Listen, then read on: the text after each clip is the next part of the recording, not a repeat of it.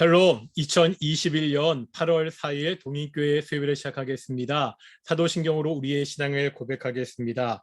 나는 전능하신 아버지 하나님 천지의 창조주를 믿습니다. 나는 그의 유일하신 아들 우리 주 예수 그리스도를 믿습니다. 그는 성령으로 잉태되어 동정녀 마리아에게서 나시고 본디오 빌라도에게 고난을 받아 십자가에 못 박혀 죽으시고 장사된 지 사흘 만에 죽은 자 가운데서 다시 살아나셨으며 하늘에 오르시어 전능하신 아버지 하나님 우편에 앉아 계시다가 거기로부터 살아있는 자와 죽은 자를 심판하러 오십니다. 나는 성령을 믿으며 거룩한 공교회와 성도의 교제와 죄를 용서받는 것과 몸의 부활과 영생을 믿습니다. 아멘. 우리 함께 찬양하겠습니다. 찬송가 452장입니다. 찬송가 452장 함께 찬양하겠습니다.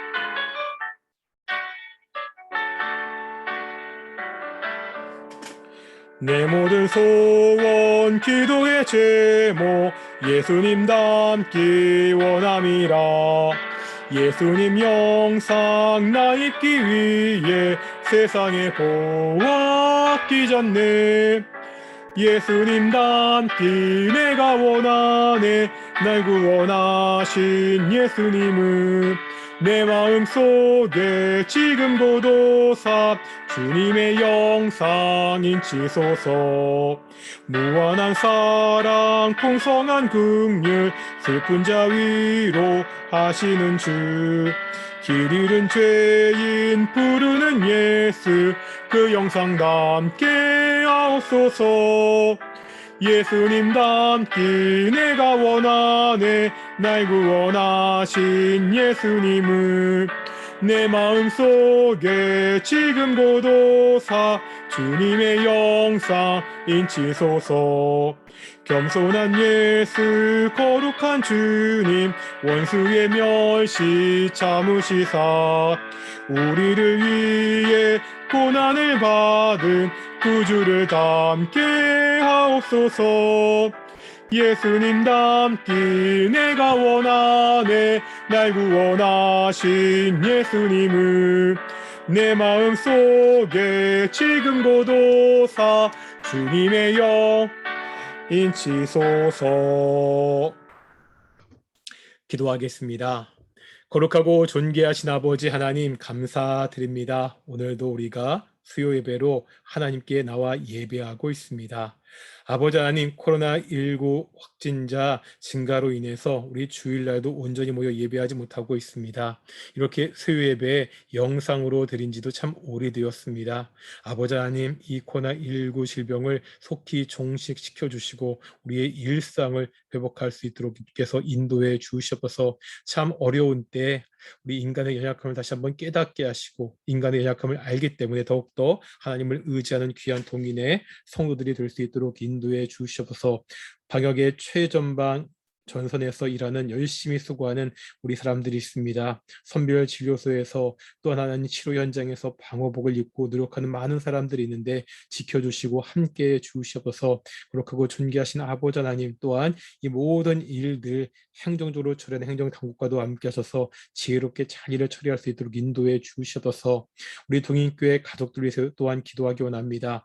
동인교회 가정들 가운데 예수를 믿지 않는 가족들이 많은 가정들이 있습니다. 아버지 하나님, 그들 가족들 가운데 주께서 찾아가 주셔서 그들의 마음을 열어주시옵시고 예수 그리스도의 복음이 들어가게 해 주시옵소서. 예수 그리스도의 복음이 들어가서 예수님을 믿고 함께 예배에 참석하여 복음을 하나 되는 귀한 가정 될 수 있도록 인도해 주시옵소서. 좋은 남편이 되게 하시고 좋은 아내가 되게 하시고 좋은 부모가 좋은 자녀가 좋은 형제와 자매가 되게 하셔서 복음을 삶으로 보여줄 수 있도록 주께서 인도해 주시옵소서.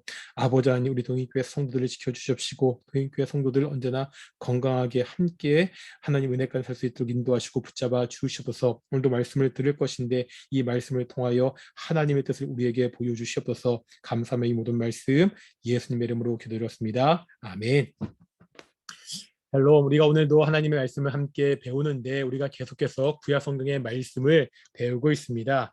우리가 지난주까지 그 사사 시대의 말씀을 배웠고요. 이제 오늘부터 이제 통일 왕국 시대를 배우게 되는데 새로운 시대를 배우게 되니까 우리가 그동안 배웠던 우리 한번 그 시대적 구분을 한 번 더 복습해 보겠습니다. 가장 먼저 무슨 시대가 있었죠? 우리 창세기부터 쭉 볼 텐데 창조 시대, 족장 시대, 출애굽 광야 시대, 가나안 정복 시대, 사사 시대, 통일 왕국, 분열 왕국, 잔존 왕국, 포로 시대, 회복 시대. 이제 이 10시대 다 외우셨죠? 이게 그냥 뭐 달달달 암송하듯이 외우면 힘들고 이걸 이해해서 흐름에 따라 제가 외워야 된다고 말씀을 드렸죠. 가장 먼저 하나님이 이 땅을 창조하셨던 창조 시대가 있고요. 이제 하나님께서 한 사람 아브라함, 족장 아브라함을 부르셔서 구원의 역사를 본격적으로 시작하는 족장 시대. 마지막 족장 요셉 때 이스라엘 백성들이 애굽으로 내려가잖아요. 애굽에서 430년이 지난 후에 출애굽하고 40년 광야 생활하는 출애굽 광야 시대. 이제 광야 시대가 끝나고 하나님이 약속하신 땅 가나안 땅에 들어가서 그 땅을 정복하는 가나안 정복 시대. 정복이 끝나고 이제 그 땅에 정착하는데 신앙적으로 실패하죠. 그 시대가 사사 시대. 그 사사 시대가 끝나고 드디어 이스라엘 가운데도 다른 나라와 같이 왕이 세워져서 본격적으로 왕국이 생기기 시작했습니다. 그런데 나중에 이 왕국이 둘로 갈라지기 때문에 갈라지기 전까지를 통일왕국 시대, 둘로 갈라졌을 때를 분열왕국 시대, 둘로 갈라진 나라 중에서 북이스라엘이 먼저 멸망하고 남유다만 남았기 때문에 잔존왕국 시대, 남아있는 남유다도 바벨론에 의해서 멸망을 당하고 백성들이 포로로 끌려가죠. 이 시대를 포로 시대, 포로로 끌려갔던 이스라엘 백성들이 다시 돌아오는 시대, 이 시대를 회복 시대다, 이렇게 말씀드렸습니다. 회복 시대가 끝나고 신구약 중간 시대를 거쳐 예수님이 오심으로 본격적으로 복음의 시대가 시작되는 것이 성경의 역사입니다. 다 아셨죠? 외우셨죠?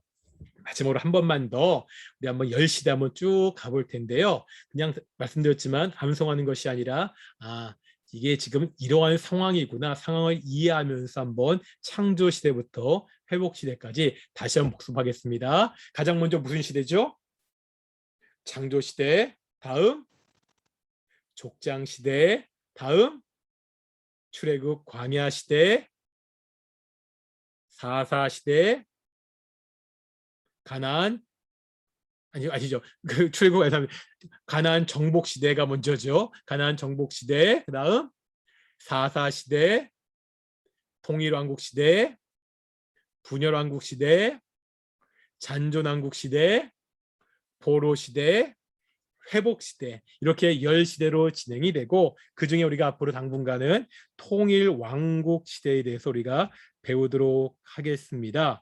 통일 왕국 시대를 배울 텐데 이 통일 왕국 시대는 우리 구약의 사무엘상하, 열왕기상, 역대기상 그 책들에 쭉 이렇게 진행이 돼 있고요. 우리 한번 통일 왕국 시대를 보면은 지도가 여기 나와 있는데 여기 뭐 납달리니, 뭐 아세리니, 뭐 스불론, 이사갈, 에브라임, 유다 같은 이스라엘 지파들도 나와 있지만 이 통일 왕국 시대는 주변의 나라들과 서로 교류하기도 하고 전쟁하기도 한 그런 일들이 굉장히 빈번했던 시대입니다. 그러기에 이스라엘 지파들의 모습도 좀 아는 것도 중요한데 주변에 어떠한 나라들이 어디에 위치해 있었는지를 아는 것도 좀 필요하거든요. 가장 북쪽에 보면 아람이 나오고 있죠. 이 아람의 수도가 우리가 잘 아는 다메섹이고요. 나중에 왕국 시대 후반부에 보면 북이스라엘이 아수르에 의해서 멸망하는데 이 아수르는 이 아람보다 더 이 북쪽에서 일어난 그러한 나라입니다. 아람 밑에 암몬이 있고요. 그 다음에 모압, 에돔, 그리고 여기 블레셋, 이렇게 있는 것을 볼 수 있습니다. 주요한 나라들이 아람, 암몬, 모압, 에돔, 블레셋, 이 여러 나라들과 끊임없이 서로 교류하기도 하고 전쟁하기도 하면서 이 왕국 시대가 진행되는 것을 볼 수가 있습니다.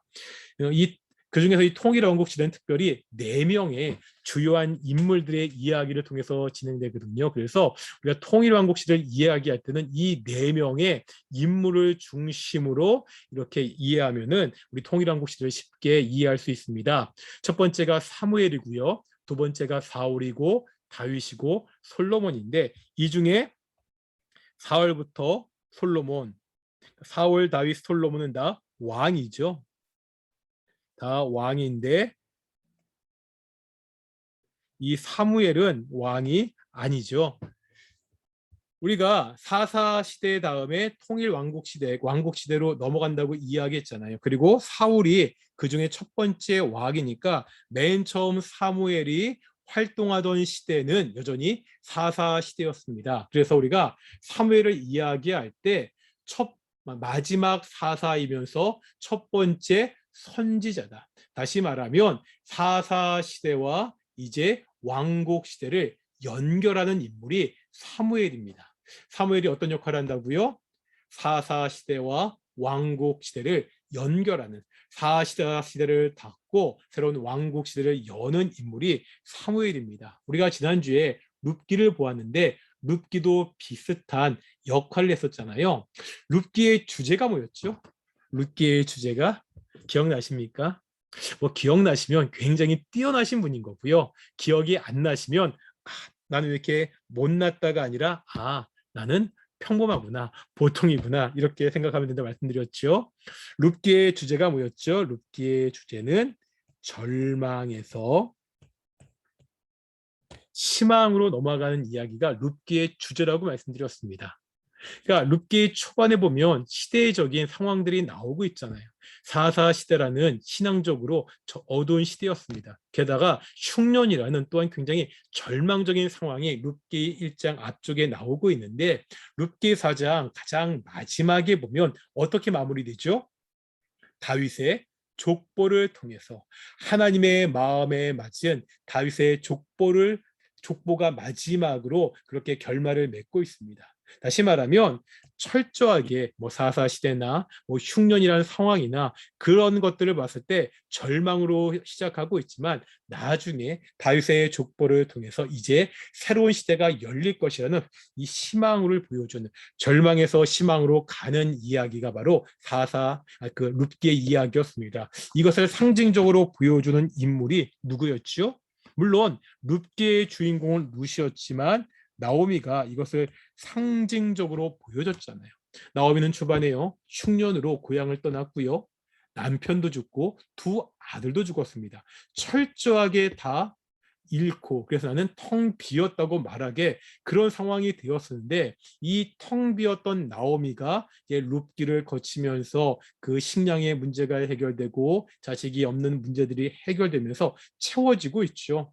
그러니까 룻기는 시대적으로 절망에서 희망적으로 가는 이야기이고, 나오미 개인의 관점에서 봐서도 텅 비어있던 나오미가 어떻게 채워지는지, 결국 사사 시대와 이 왕국 시대를 잇는 역할을 하는 책이 바로 룻기였습니다. 똑같은 역할을 이 사무엘이 감당한다는 거죠. 그래서 사무엘상 1장부터 쭉 보면 가장 먼저 사무엘의 출생의 이야기가 나오고, 사무엘이 어떻게 태어났는지, 어떻게 하나님의 소명을 받았는지, 어떠한 사역을 하게 되는지를 쭉 설명하면서 그 사역 중에 가장 중요한 사역이 바로 왕에게 기름을 부어 이스라엘 백성들의 왕을 세우는 이야기입니다. 그렇게 세워진 첫 번째 왕이 바로 사울이죠.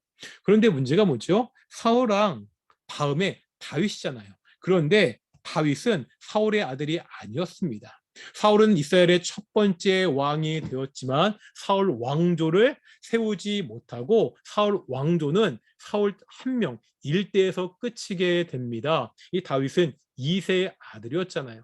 왜 첫 번째 왕이 되었는데 그 왕위가 계속해서 이어지지 못하는지 이야기들이 바로 이 사울의 범죄 이야기를 통해서 우리에게 설명되고 있고요.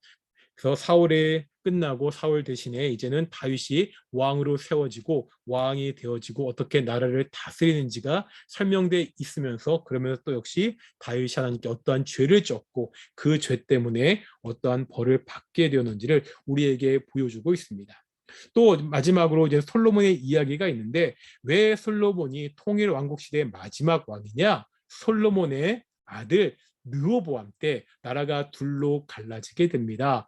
북이스라엘과 남유다로 갈라지게 되는데 북이스라엘은 여로보암을 중심으로 열 지파가 모이게 되고 남유다는 르호보암을 중심으로 두 지파가 모이게 되죠. 그러니까 솔로몬의 아들 르호보암 때 나라가 분열되기 때문에 이 솔로몬까지가 바로 어떻다는 걸 보여주는 거예요. 통일 왕국 시대라는 것을 알 수가 있고 이 솔로몬이 어떻게 왕이 되는지 그의 왕권이 점차 어떻게 확립되는지 그러면 솔로몬이 얼마나 대단한 영광을 누리는지가 나오는데 역시 솔로몬도 하나님께 범죄하는 연약한 모습을 우리에게 보여주고 있습니다. 우리가 그래서 이 사무엘, 사울, 다윗, 솔로몬의 이야기를 통해서 통일 왕국 시대를 우리가 쭉 살펴볼 텐데요. 그렇다고 이 통일 왕국 시대의 주인공이 사무엘이나 사울이나 다윗이나 솔로몬이 아닙니다. 모든 왕국 시대의 주인공, 역사의 주인공은 하나님이시거든요. 우리가 그 이야기를 조금 있다가 이제는 한나의 찬양을 통해서 우리가 한번 살펴보도록 하겠습니다. 그래서 가장 먼저 누구의 이야기라고요? 사무엘의 이야기를 볼 텐데요. 우리가 아까도 그 사무엘이 그 절망의 사사 시대에서 어떻게 그 희망의 왕국 시대로 넘어가는 중간 그 매개체 역할을 한다고 이야기했잖아요. 한번 우리 사무엘상 4장 22절 보실까요? 사무엘상 4장 22절입니다. 읽겠습니다. 시작. 또 이르기를 하나님의 괴를 빼앗겼으므로 영광이 이스라엘에서 떠났다 하였더라. 이게 무슨 말이냐면 사무엘상 4장에 보면 이스라엘과 블레셋과의 전쟁 이야기가 나와 있습니다. 그런데 이 전쟁의 와중에 이스라엘 백성들이 하나님의 언약궤를 블레셋에게 빼앗기게 됩니다. 하나님의 언약궤가 무엇을 상징하는 거였죠? 하나님의 임재를 상징하는 거였잖아요. 이 언약궤를 블레셋에게 빼앗겼다는 말이 블레셋의 신, 그들의 믿는 신이 하나님보다 더 강해서 이스라엘 백성들을 패배하게 하고 하나님의 언약궤를 빼앗아갔다. 이런 이야기를 하는 것이 아니라 이를 통해서 하나님의 영광이 하나님의 임재가 더 이상 이스라엘 백성들과 함께하지 않는다. 이것을 보여주고 있습니다. 하나님의 언약 임재를 상징하는 언약궤를 빼앗긴 사건을 통해서 하나님 이스라엘 백성들과 함께 하셨다면 그 전쟁 중에 함께 하셔서 이스라엘 백성들을 위해서 싸우셨더라면 이스라엘 백성들이 질 리가 없잖아요. 이스라엘 백성들이 전쟁에서 지고 언약궤도 빼앗겼다는 것은 그 당시 이스라엘 백성들 가운데 하나님이 함께하지 않았다. 이것을 상징적으로 보여주고 있습니다. 그러니까 사무엘이 태어나고 사무엘이 활동하시던 시대는 어떠한 시대예요? 하나님이 함께하지 않았던 시대, 하나님의 영광이 더 이상 이스라엘과 함께하지 않았던 시대였습니다. 이러한 시대에 사무엘이 출생해서 이제 이 사무엘이 새로운 시대를 준비하게 됩니다. 우리가 그것을 잘 보여주는 장면이 또 사무엘의 출생의 이야기인데 우리 사무엘상 1장부터 우리 2장에 걸쳐서 사무엘의 출생의 이야기가 나오는데 특별히 우리 1장에 보면은 사무엘의 어머니 한나의 이야기가 나오는 것을 볼 수가 있습니다. 뭐 사무엘도 유명하지만 한나도 굉장히 유명하잖아요. 그래서 우리 뭐 교회 여자 선교의 이름 중에 이 한나라는 이름을 붙이는 경우가 많고 우리 기독교 가정에서도 보면은 우리 여자아이가 태어나면 이 한나라는 이름을 붙이는 경우가 많은데 이 한나라는 인물이 왜 이렇게 중요한지를 한번 우리 한나의 기도와 그대의 찬양을 통해서 볼 텐데요. 먼저 1장 5절 보겠습니다. 사무엘상 1장 5절 이 마지막 부분 볼까요? 마지막에 뭐라고 말씀하고 있죠? 그러나 여호와께서 그에게 임신하지 못하게 하시니 여기서 그는 한나를 말하는 거죠. 한나에게는 한 가지 문제가 있었습니다. 어떤 문제가 있었죠? 임신하지 못하는 불임의 문제가 있었습니다. 뭐 지금도 여성의 불임은 여러 가지로 참 힘든 상황을 이야기하는데 당시에 여자가 아이를 못 낳는다는 것은 굉장히 지금보다 훨씬 더 심각한 상황이었습니다. 그런데 뭐라고 이야기하고 있습니까? 여호와께서 임신하지 못하게 하셨다.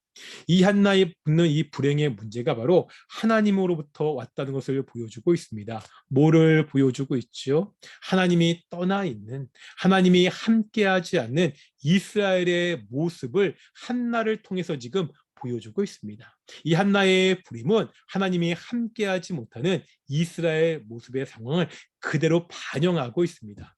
그러니까 하나님이 계시지 않기 때문에 하나님이 함께하지 않으니까 하나님이 임신하지 못하게 하시니까 한나가 불임이잖아요. 그러면은 이 문제, 이 상황을 해결하려면 어떻게 해야 되죠? 한나의 불임의 문제가 하나님이 임신하지 못하게 하셨으니까 이 문제를 해결하려면 누가 움직이셔야 됩니까? 하나님이 일하셔야 됩니다. 하나님이 움직이셔야 됩니다. 그러기에 한나는 뭐 하고 있죠? 바로 이 문제를 가지고 하나님께 기도하고 있습니다. 우리 한번 1장 10절 보실까요? 1장 10절입니다. 읽겠습니다. 한나가 마음이 괴로워서 여호와께 기도하고 통곡하며. 한나가 마음이 괴로웠습니다. 불임의 문제 때문에 마음이 너무나 괴롭잖아요. 이 문제를 가지고 뭐 했다고요?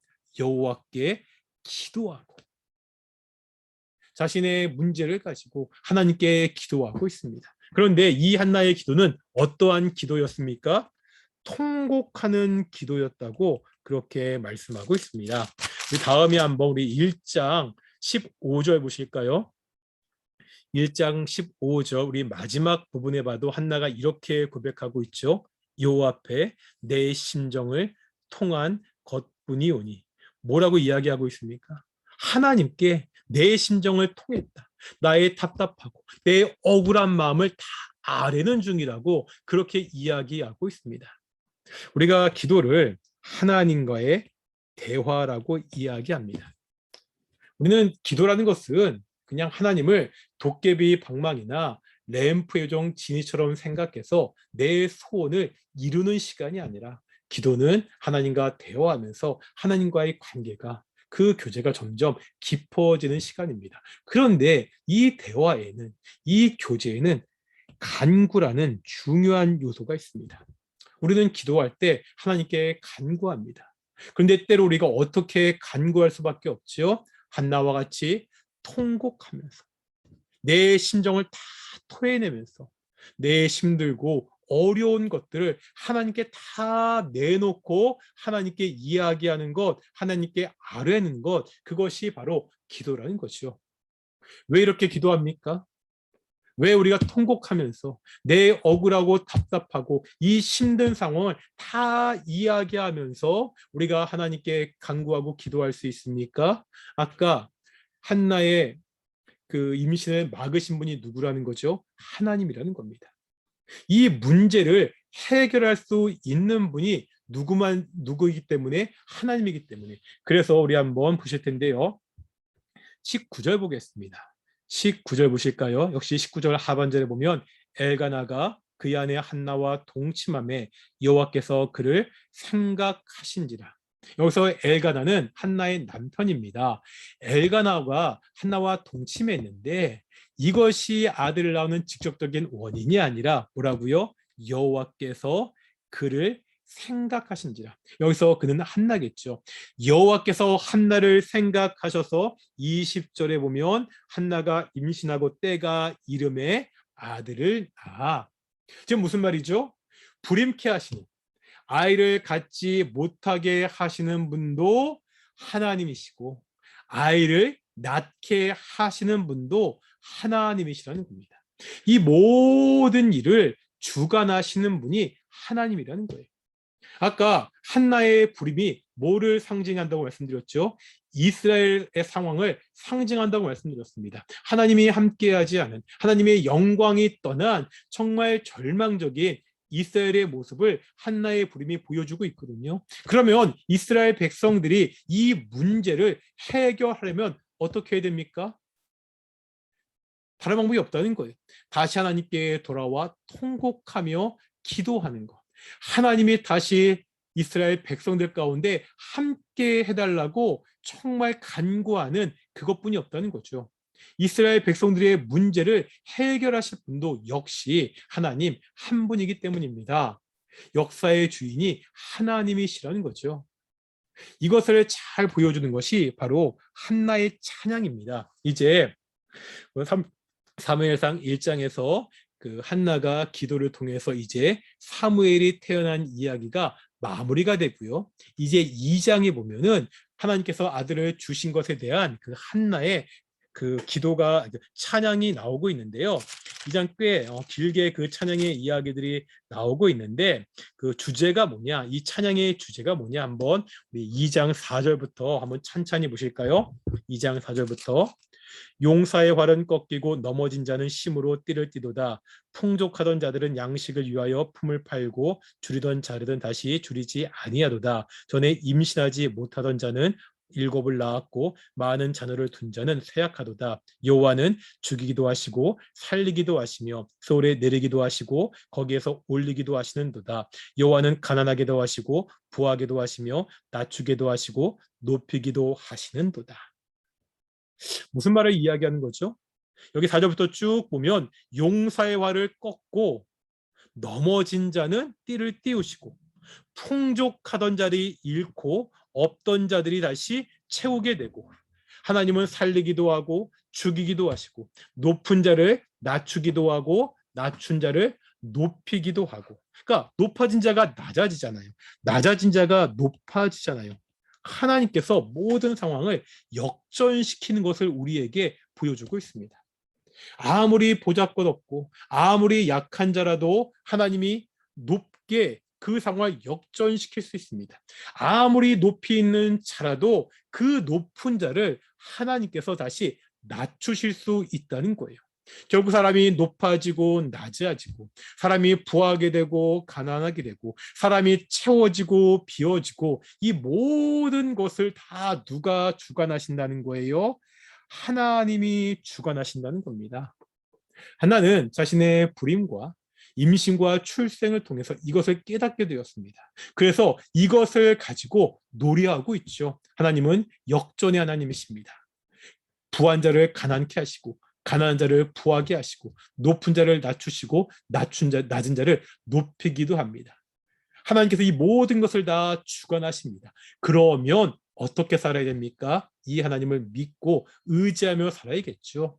이 하나님을 믿고 의지하며 살아갈 때 하나님이 그 사람을 높이실 것이고 이 하나님의 뜻을 따라 순종하지 않고 자기 멋대로 살 때 그 사람을 하나님이 낮추실 것입니다. 이것이 한나의 찬양의 주제이기도 하지만 통일한국 시대, 분열한국 시대, 잔존한국 시대, 나중에 포로 시대, 회복 시대까지 사실 구약 전체를 꿰뚫고 있는 관통하고 있는 신앙 고백이죠. 하나님은 역전 하나님이십니다. 성공과 실패는 이 모든 것들은 다 하나님께 달려 있습니다. 끊임없이 성경은 이것을 우리에게 보여주고 있습니다. 특별히 우리가 앞으로 왕국 시대를 통해서 이것이 어떻게 실제적으로 반영이 되는지를 우리가 살펴볼 텐데요. 제가 사실 예전에 글을 하나 쓴 것이 있습니다. 그러니까 강의도 하고요. 이제 글을 쓴 것이 있는데 세 왕의 이야기에서 사울, 다윗, 솔로몬 이 세 왕을 통해서 어떻게 우리 인생이 성공할 수 있고 실패할 수 있는지 그 이야기를 한번 글을 쓴 적이 있는데 이 원고는 아직까지 책으로 출간되지 못하고 제 컴퓨터석에 잘 저장되고 있는데 제가 이 세 왕을 통해서 인생의 성공과 실패를 이야기하면서 제가 세웠던 그 방정식이 하나 있습니다. 그래서 제가 그 세왕 이야기로 풀어보는 성공의 1차 방정식이다. 그렇게 제가 제목을 지은 적이 있는데 이야기를 좀 하는 이유가 뭐냐면 오늘 지금 드리는 말씀이 앞으로 왕국 시대를 전체적으로 관통하는 주제니까 오늘은 이야기를 좀 할 텐데요. 그러니까 이런 겁니다. 1차 방정식 아시나요? y는 ax 플러스 b. 우리는 갑자기 저희들 지금 1차 방정식에서 골치 아파하고 있는데 이게 복잡한 내용이 아니라 그냥 수학 얘기하는 게 아니니까요. 고민하지 마시고요. 한번 차근차근 볼 텐데요. 여기서 y는 결과잖아요. 이 결과는 성공을 이야기합니다. 무슨 말이냐? y 값이 높으면 그러니까 결과가 높으면 많이 성공한 거고요. y 값이 낮으면 적게 성공한 거예요. 그러니까 y는 그 사람이 얼마나 성공했느냐, 그 나라가 얼마나 성공했냐를 보여주는 그러한 값이고요. 이게 y가 결과니까 그러면 그 어떻게 해야 그 성공의 값이 나오는 게 나와야 될 거잖아요. 그래서 ax 플러스 b라고 나오는데 여기서 a는 제가 이렇게 이야기했습니다. 개인의 능력, b는 주변의 상황. 이런 거죠. 세상에서 어떤 사람이 성공할 수 있습니까? 이렇게 이야기하면 어떻게 이야기하죠? 첫째 보통 이야기하는 게 그 사람의 능력이 출중해야 됩니다. 또 두 번째 이야기하는 것이 개인의 능력뿐만 아니라 여러 가지 상황, 그것이 부모일 수도 있고요.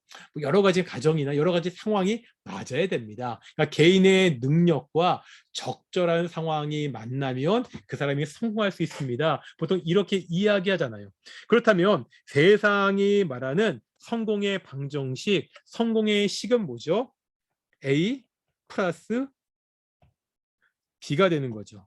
이것이 세상이 말하는 성공의 방정식입니다. 그러니까 개인의 능력과 주변의 상황이 잘 맞아야. 그래서 개인의 능력이 10이고 주변의 상황도 10이면은 얼마만큼의 한 20만큼의 성공을 거둘 수 있어요. 그런데 개인의 능력이 한 100이 되는 거야.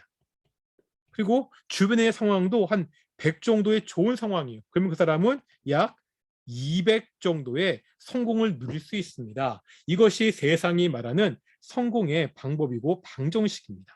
그런데 성경은 이렇게 말하지 않는다는 거예요. 그 사람이 성공했느냐 실패했느냐 이야기할 때 단순히 그 사람의 능력이나 지혜나 그 사람의 상황을 가지고 이야기하지 않고 이 성공과 실패를 좌우하는 중요한 변수가 있는데 그 변수가 바로 X라고 이야기합니다. 제가 한번 다시 적어볼게요. 이제 깨끗하게 한번 다시 적어볼게요. 세상은 개인의 능력이나 주변의 상황을 갖고 이야기하지만 성경은 뭐라고 이야기한다고요? Y는 AX 플러스 B에서 개인의 능력과 주변의 상황도 중요하지만 이것을 좌우하는 더 중요한 변수가 있는데 그것이 X라고 이야기합니다. 왜 X가 중요하죠? 이제 좀 수학인데 한번 보겠습니다. 다시 Y는 AX 플러스 B에서요. 이렇게 보는 거예요.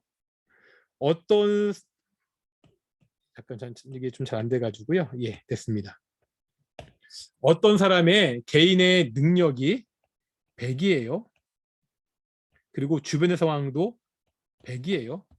그러면 이게 X가 없으면 그냥 200이잖아요. 그런데 여기 X라는 변수가 있는 겁니다. 만약 이 X라는 변수 값이 만약에 1이에요. 1이면 얘는 어떻게 되죠? 100 곱하기 1이잖아요. 그냥 100이 되고 더하기 100이니까 이것은 200만큼의 성공이 됩니다.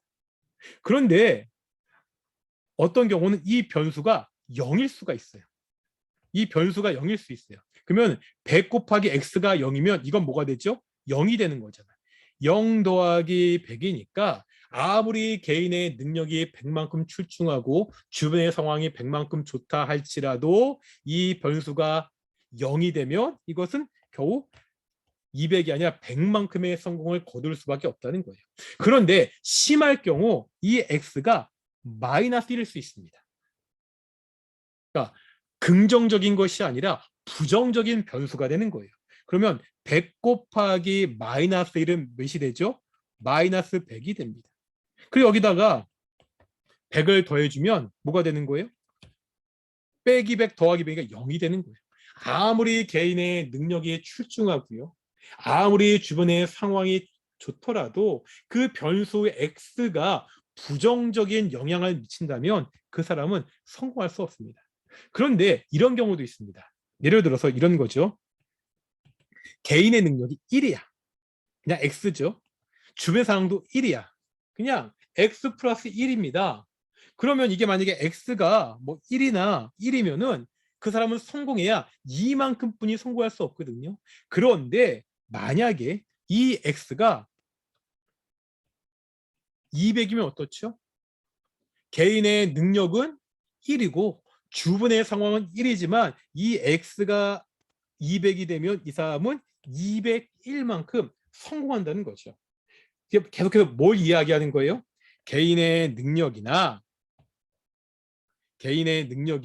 주변의 상황보다 더 중요한 성공을 좌우하는 변수가 있다는 겁니다. 그게 바로 X인데, 그렇다면 개인의 능력이나 주변의 상황보다 그 사람의 성공, 그 나라의 더 좌지우지하는 더 중요한 변수 X는 뭐라는 거예요? 이것이 바로 하나님이라는 거예요. 이것이 바로 하나님의 개입이라는 겁니다. 아무리 그 사람의 능력이 100만큼 출중하고 아무리 그 사람의 주명 상황이 100만큼 좋더라도 하나님께서 그를 심판하신다면, 하나님께서 그에게 복을 내리시지 않아서 이게 마이너스가 된다면 이것은 그냥 0이 될 수밖에 없는 거예요. 아무리 그 사람이 겨우 1만큼의 능력이 있고 아무리 그 사람이 1만큼의 주변 상황이 긍정적이라도 하나님의 개입 X가 200만큼, 300만큼, 아니 1000만큼 개입하면 그 사람은 1000이 넘는 성공을 이룰 수 있다는 겁니다. 그러니까 한 사람의 성공과 실패, 한 나라의 성공과 실패는 개인의 능력이나 나라의 능력이나 주변 상황이나 다른 나라의 외교 상황, 이것도 중요하지만 그것보다 더 중요한 것은 X, 하나님의 개입, 하나님의 함께하심이라는 겁니다. 사실 우리는 이것을 이미 어디서 봤죠? 여호수아서 가나안 정복 사건을 통해서 보았잖아요. 이스라엘 백성들이 잘났기 때문에 그들의 전쟁 능력이 뛰어나서 가나안 땅을 정복할 수 있었습니까? 그렇지 않죠. 여리고성을 어떻게 정복했죠? 돌았잖아요. 13바퀴 돌았잖아요. 이 13바퀴 돌았다는 것이 무슨 주술적인 의미가 있는 것이 아니라 하나님의 말씀에 순종해서 성을 돌았더니 이스라엘 백성들이 그 성을 함락시킬 수 있었습니다. 정복시킬 수 있었습니다. 승리의 관건은 어떠한 전략을 갖고 있느냐, 얼마 많은 군사를 가지고 있느냐가 아니라 하나님이 어떻게 개입하시느냐, 하나님이 함께 하시느냐, 함께 하지 않으시느냐였습니다. 아이성에서 왜 졌죠? 아이성은 여리고보다 작은 성이었습니다.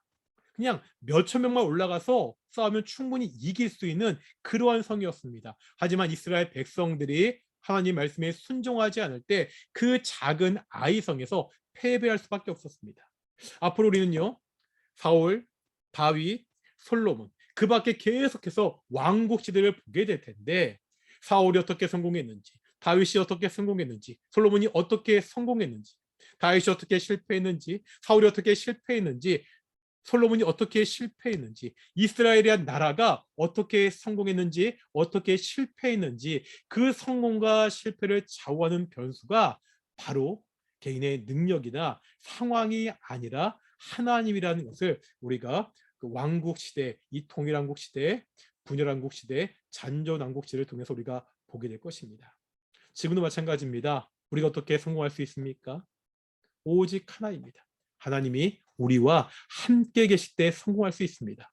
나는 비록 아무것도 아닐 수 있습니다. 내 주변의 상황은 여러 가지로 힘들 수가 있습니다. 하지만 하나님께서 나와 함께 하신다면 우리는 온전한 승리를 거둘 수 있습니다.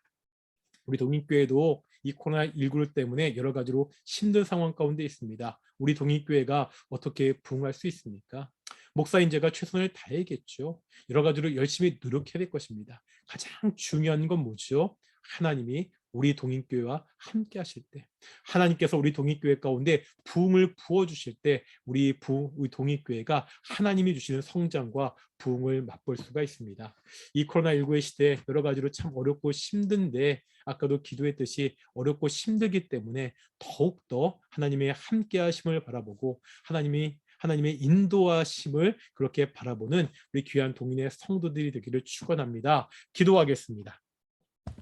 거룩하고 존귀하신 아버지 하나님 감사드립니다. 오늘도 하나님 말씀을 통하여서 우리가 어떻게 살아야 되는지를 보게 하심을 감사드립니다. 하나님, 한나가 불임하고 또한 아이를 갖게 되는 것 다 하나님의 주관하심과 하나님의 역사하심이었습니다. 우리 인생의 생사화복, 인생의 성공과 실패를 나누는 기전도 바로 하나님이라는 걸 우리가 알고 있습니다. 이 사실을 잊지 않도록 하여 주시옵시고 이 어려운 시대 우리가 더욱더 하나님을 의지하며 살아가는 귀한 동인의 성도들이 될 수 있도록 인도해 주시옵소서. 감사함의 이 모든 말씀 예수님 이름으로 기도드렸습니다. 아멘.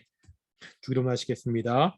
하늘에 계신 우리 아버지, 아버지 이름을 거룩하게 하시며 아버지 나라가 오게 하시며 아버지의 뜻이 하늘에서와 같이 땅에서도 이루어지게 하소서. 오늘 우리에게 이룰 양식을 주시고 우리가 우리에게 잘못한 사람을 용서하여 준 것 같이 우리 죄를 용서하여 주시고 우리 시험에 빠지지 않게 하시고 악에서 구하소서. 나라와 권능과 영광이 영원히 아버지의 것입니다. 아멘.